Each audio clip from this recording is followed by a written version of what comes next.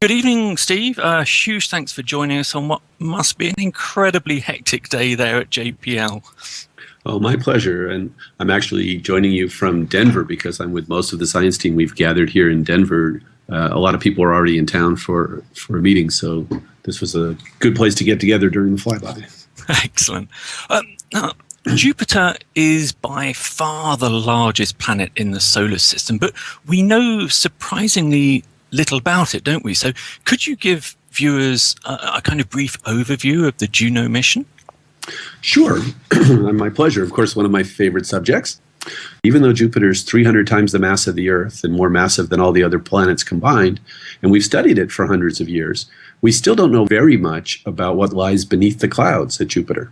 So we need to know some basic things like, is there a central core to Jupiter?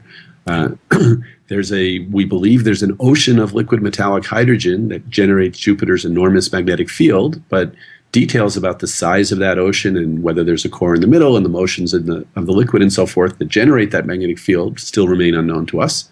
The basic structure of the interior of the planet is unknown to us.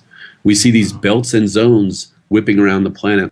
Almost all of that is the result of the fact that we can't really see beneath the clouds in the top of Jupiter's atmosphere. So Juno's job is to solve that problem for us. Our spacecraft is going to orbit Jupiter in a polar orbit. So it'll come over the poles of Jupiter, dive down underneath Jupiter's massive radiation belts, so between the radiation belts and the planet, and at the equator of the planet, it will come very close to the planet, a few thousand kilometers above the cloud tops, and then go zipping off into orbit, 11-day orbit. So it'll take a couple hours to come flying by Jupiter, then be 11 days in a big long orbit around, and then come back again every 11 days for a year.